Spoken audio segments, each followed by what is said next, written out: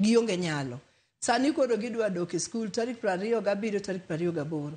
Koro aparo ni gima chando wabunge en ni sama koro gidok ni kendo koro idhi riam nyithindogi, tiende ni sagi kata thuologi mar somo bedo manok. Mano kore wach ma wadwa ni wapenje Mbadi ni to mheshimiwa kata waziri en nang'o ma nyaka sani nitie skunde moko ma onego bed ni gere klese ne nyithindo makoro nyocha dhi ma odonje year 9 to gionge klese, to wabunge kata jo CDF committee nosepango ni gero klese go. Karang'o matimore mondo wayud thuolo mondo en be koro dwoko. Madeko ni egi mudwano mondo ngisu. Apani en manadeko nikech Mbadi ok manyal decide ni CDF dhine county kata dong dong ne jo wajumbe.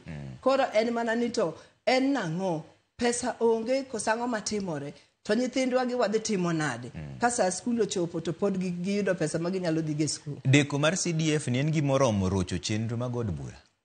Nikech jo od bura ng'enyu chal ka gima ka CDF ni odeko to kata chenro mag od bura koro ok odwar. Aparo adwa ni mondo awach ni Trevor, pressure ma wajumbe ntiere go, wajumbe mong'eyo.